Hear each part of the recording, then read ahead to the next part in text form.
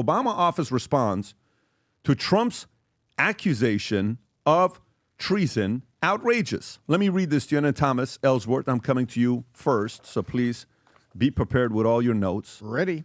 Obama's office spokesperson, Patrick Rodenbush, great first name, rejected the office of the Director of National Intelligence.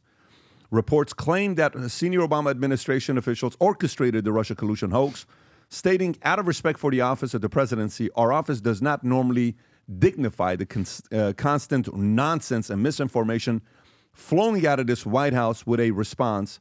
And he called the allegations outrageous and ridiculous, a weak attempt of distraction. He said, nothing in the document issues last week undercuts the widely accepted conclusion that Russia worked to influence the 2016 election but did not successfully manipulate any votes.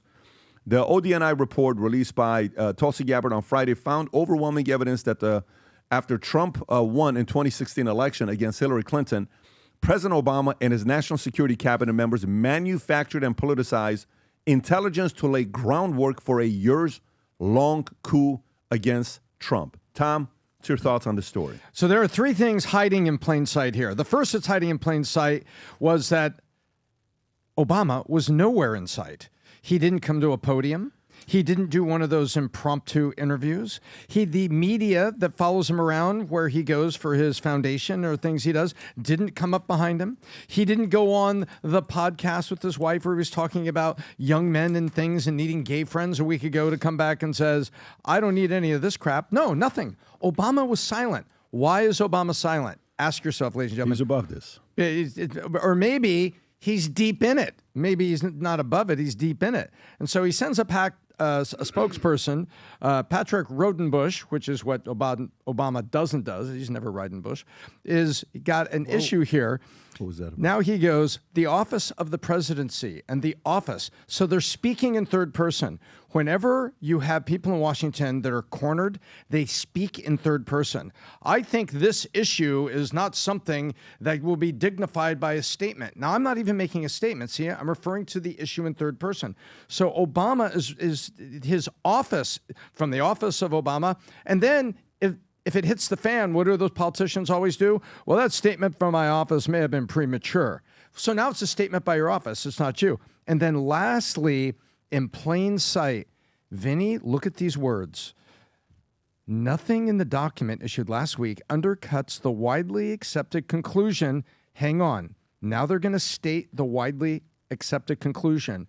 Russia worked to influence the 2016 election, but did not successfully manipulate any votes. Wait a minute.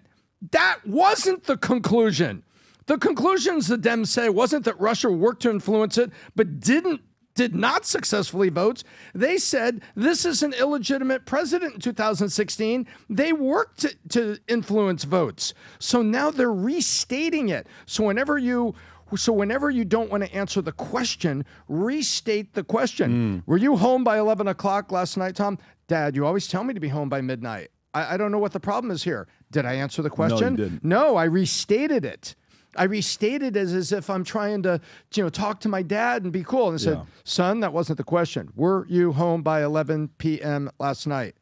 Dad, I don't know why this is a question. That's how politicians work. So all in here, this is here. And you want to know why this is happening?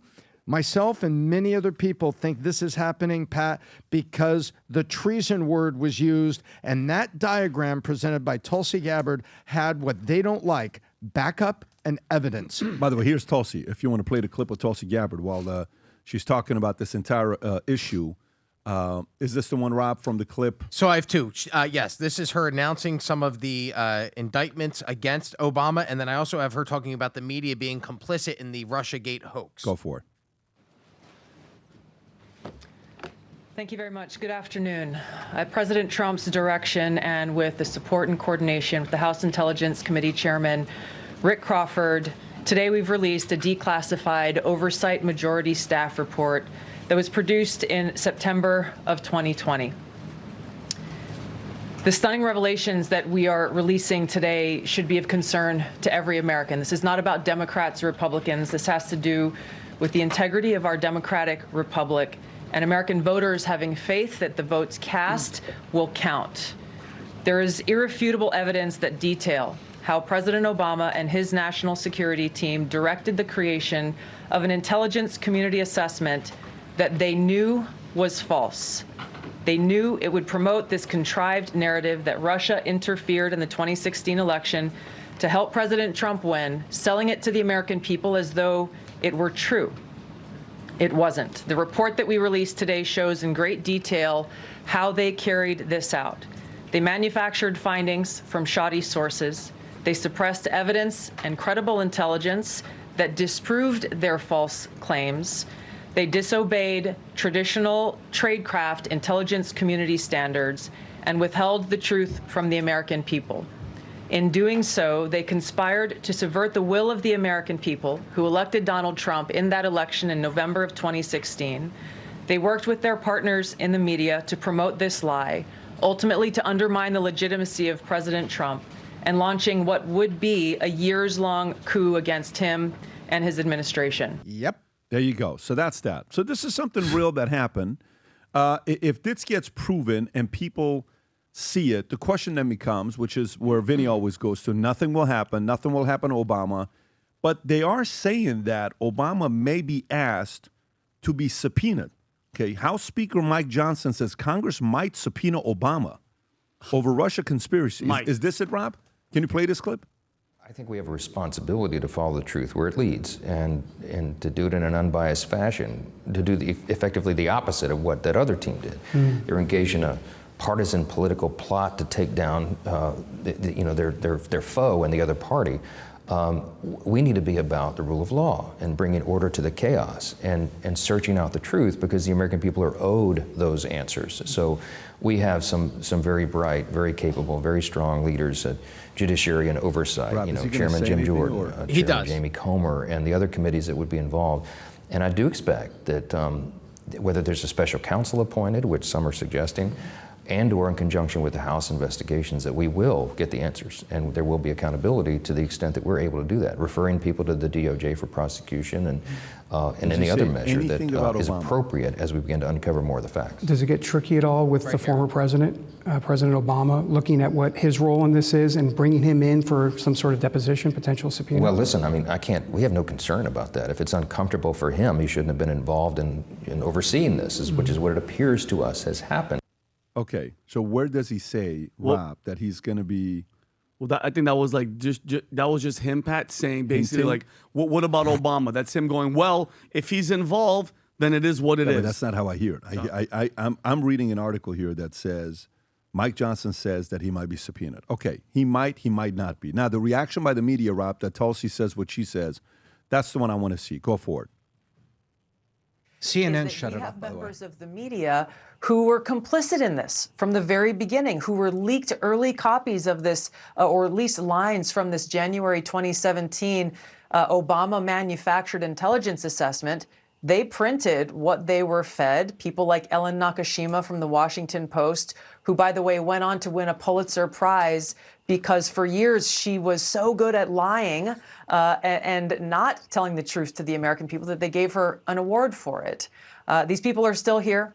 Ellen Nakashima is still harassing people who work within the intelligence community who are calling up and reporting her, using burner phones to try to ask them harassing questions.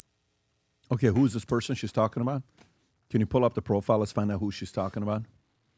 Tom, do you know that person? Yeah, she is a Washington Post reporter, and what she does is she basically is a regurgitator, and then she presents herself as a Washington insider. I've got all these contacts, got all this stuff going on, but she gets fed by the DNC, so she is their mouthpiece in the media. That's what she is. And they arranged for her to get a Pulitzer Prize in investigative journalism where all she's doing is regurgitating. I get that. Can you Google who she is? I am. And just go to her Wikipedia. I want to find out who this person is. How do you say your name, Tom? Nakashima. Nakashima? What do you mean Nakashima? Are you being sarcastic? This is a sensitive topic, Tom. What do you mean Nakashima? Is it really Nakashima? You better knock it off, Tom. Nakashima before I knock it off. Here it is. Ellen Nakashima. Okay, go to Ellen Nakashima. Let's go look where she went to school, ladies and gentlemen. Could I guess? Harvard? A little bit. Harvard? WAPO, Berkeley. Pulitzer. Berkeley! It doesn't get worse than that. So she went to Berkeley, London. University of Journalism, London. She began her journalism career at Hartford Courant and in Quincy Patriot Ledger before joining WAPO as a reporter in 1990. She has reported as a White House reporter since South Asia. She won a series of awards. Okay. Covering national security since 2009. One of the ones that was guest invited to state dinner hosted by U.S. President Joe Biden in honor of Prime Minister Fumio Kishida at the White House. Okay. So that's what our friend... She's a Washington insider. Yeah, that's what our friend Inside her. Tulsi's talking about on information that's going on. Now, listen, as this is going, is this a method of overshadowing something else that may be taking place? You know what's back? You know a fun fact about Tom Ellsworth that you all need to know about? Tom, how many Yetis do you have in your kitchen? I believe I have about 30 of these ladies. Tom has 30 Yetis. Question is, how many Yetis do you have in your kitchen, right? How competitive are you? Can you keep up? Can you keep up? So guess what? The Yetis are back, Rob. If you want to put it up and play the video. We have the pink ones for the ladies. Fellas, go buy your wife the pink or the white one. Press play, Rob, and you can lower the audio a little bit. But you got the white ones. The Future Looks Bright with the Valuetainment logo. You got the blue, fellas, black.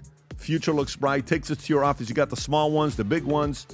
All of them. So if you're somebody that drinks a lot of coffee, or you drink a lot of tea, or you drink a lot of protein, whatever it may be, or you're Adam, you are somebody that's constantly, what does Adam do with his bottle of water? He's always with his Blowing voice. it. He does the bubble He thing. does the bubble thing for his voice. That's why I got the pink Yeti. But you know what we Yeah. have, ladies and gentlemen? Pay attention here. These are the taper bottoms that fit in all cars. Yeah, I See the love taper these. bottom? Don't have to worry about it. Regardless of car you have, it fits in a cup holder in the Here's front. what I'm going to do right now. And look at There it this. is. The pink and the white one. You know what? Went in there. Bigger, better. L'chaim, PBD. L'chaim. And Yeah. Pat, you know the pink and the white one? Yeah. Bigger, better insulated than the Stanley. Your wife will love these better than Stanley's. Again, remember, when we do these, guys, we don't do a big order, okay? We even have the one Yeti all the way at the bottom for dogs, okay? The Yeti bowl, okay? Can you imagine your dog's even going to be optimistic about the future, guys, if you get this form?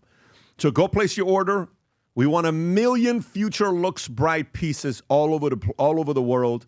And if you support the brand, go support Future Looks Bright. Get yourself a Yeti, and while you're there, maybe pick up a hat or two for yourself as well. If you enjoyed this video, you want to watch more videos like this, click here. And if you want to watch the entire podcast, click here.